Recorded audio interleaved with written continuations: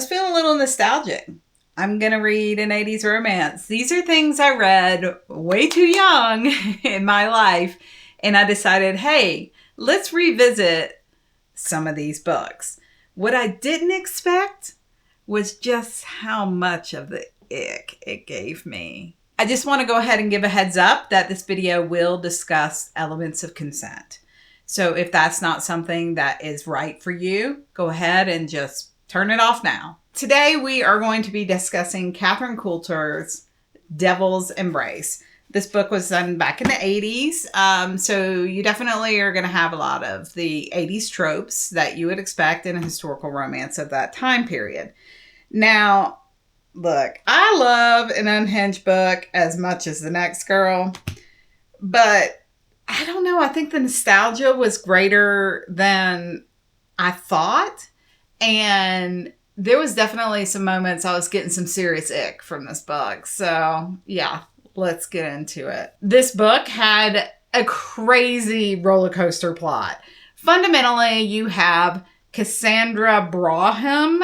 I'm not sure how to say her last name, but Cassie is how she goes by, who is on the eve of her wedding to the man that she's had a childhood crush on and continued into an adulthood. And he is Viscount Delford. I have to use my notes, y'all.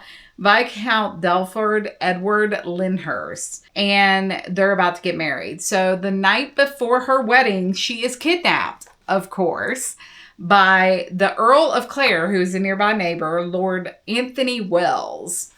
Now, fundamentally, this book is the Earl has kidnapped her and he is going to convince her she needs to be his wife any way that he can convince her. And that's fundamentally the plot of the book. It's, that whole journey that they take to get to their HEA. Let's talk first about some of the tropes. It is the 80s. This is a classic, 80s historical romance book. So you're going to have some common tropes. And I would say we'll call it a forced encounters. You guys all know what I'm talking about. But, just to make sure I'm safe on this side of the algorithm. So these forced encounters are several and treated in very interesting ways by the author. So first of all, that's his number one plan that he has. The Earl, he kidnaps her and is like, I will ruin you in marriage, so you'll be forced to marry me by this forced encounter. And he's very cold, very methodical about his decision and is like, this is the logical conclusion. This is the way it should be. Okay. That makes you pretty much somebody that I'm not rooting for at this point. This is not hero material, but whatever. You would have dark romance of today. I guess you could say it's the dark romance of yesteryear. So yeah, the problem that I end up having with this book and what really gave me the ick, it's not even this what I expected trope, because it is the 80s and is historical romance, is that the author creates at some point later in a book or tries to create a foil of crimes, we'll call it. And the heroine unfortunately has to undergo a horrific forced encounter with these four men. And the author is really trying to create this foil between like, hey, this one was really violent. This is what a real crime looks like versus what the Earl did to her. Miss Coulter, they're both crimes. I'm sorry. They're both crimes. Like, at least in modern day, I'll give this to modern day dark romance. At least in modern day dark romance, it doesn't have that. It knows it is what it is. It's like, yes, this is dark. This is depraved. This was trying to make the hero look like a better guy than he was. Oh no, he's actually honorable. He's actually wonderful. He's actually all these things. He just did this thing because it was a necessity. No. So I definitely got a wicked ick from that. And all of the other things combined, that's the one thing I took away from me.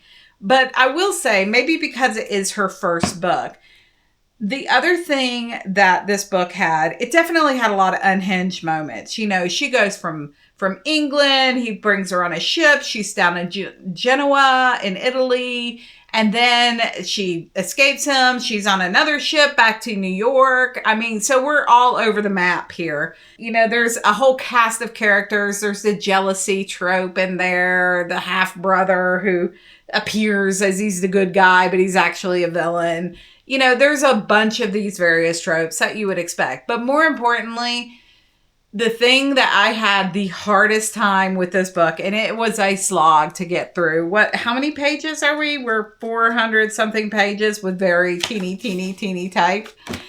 Is that it was the history lessons. So I think Miss Coulter wanted to make sure that she was very well researched. But it got to be the point, it's like, okay, so we're getting a full history lesson on the Genoa maritime history. Awesome. No, I don't really need that. I just need it to feel like it's in that time period. I don't need so much history. And there was a lot. This happened a lot. So the plot would be like, okay, so you have the sassy heroine. Love that. That's great. I like a good sassy heroine. And now we're getting kidnapped. Okay, to be expected. It's an 80s historical romance. Oh, and now we have a forced encounter. Still to be expected because it's an 80s historical romance. But now it's history. Oh, we get to learn about how he basically groomed her since she was 5 years old. But we'll get into that. Y'all just hold on. It just didn't have that, from one moment to another. It didn't flow, I guess you could say. So let's talk about this hero. I cannot not talk about this hero. Because you find out in the course of the book, he basically groomed her. So she had a governess that has been with her since she was 5 years old. Turns out that governess is his cousin, who taught her various things that she knows would have pleased the Earl. Now, why does he have his interest on her at 5 years old? Which is gross, let's be honest. Well, it's because apparently he was in love with her mother. And her mother married Cassie's father instead. And he never quite got over it. So when her mother died in childbirth, and now you've got Cassie, he notices she looks just like her mother. And he's like, okay. And he puts together this plan since she was 5 years old to put his cousin in place as the governess. Another ick, y'all. No, this doesn't work for me. No. This is not standard 80s tropes. This is something beyond. So, these are the things that are definitely making this book very hard for me. But most importantly, it's not that she's like, you know what? He's kind of a bad guy and we just take him as he is. Because there's plenty of books that do that, y'all. And I'm okay with that because you're being honest with me. It was her absolute effort to try to be he's actually a good guy, He's really actually a really good guy. Oh, he's going to be a wonderful husband and a wonderful father. It's just the heroine just needs to get over her issues. Her issues being that he had set her up to be with him since she was 5 years old, as well as the forced encounter. She cannot get over that, and I do not blame her. But of course she does, because otherwise it wouldn't be an 80s romance book, right? I mean, come on, y'all. I do somewhat enjoy the employing of, oh crap, we need a villain about 70% way into the book. So, of course, you've got the ex-lover. She is the Contessa Giovanna in Genoa. And she is conniving, but beautiful. All the very typical villain, other female villain tropes, She's all offended and everything else. She tries to make Cassie doubt herself, all of those things. And of course, because you couldn't not have this, she's smashing with his half-brother who has major inferiority complexes about his brother. And of course, they two together hatch this horrific plan to have Cassie attacked. That plan being successful. Ultimately, you wanted to really see at that point what happens to them. No. She puts it in the flipping epilogue, y'all. It's like way at the end. It's like, oh, by the way. So really, I feel like you just felt like you needed a villain at some point, injected that in, and then it's like, oh crap, I gotta tie up that loose end. Here, I'll do it in about a paragraph in the epilogue.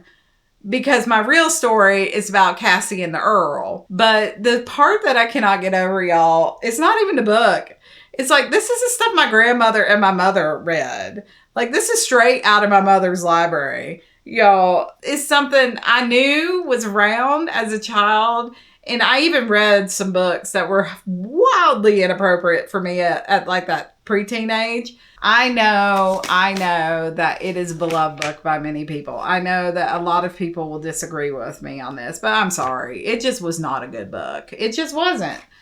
But yeah, I just didn't enjoy this one. This one wasn't for me. I don't know. You guys will have to tell me what you think. All right, let's get into the rating and see where I put this hot mess of a book. Remember, this is an unhinged romance scale, so it's not necessarily like how good or bad the book was in terms of its totality. So based off its unhingedness, yes, I just made that word up.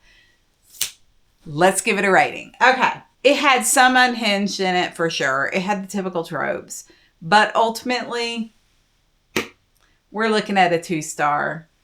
And well, that just happened. That's my rating. 2 stars. Well, that just happened.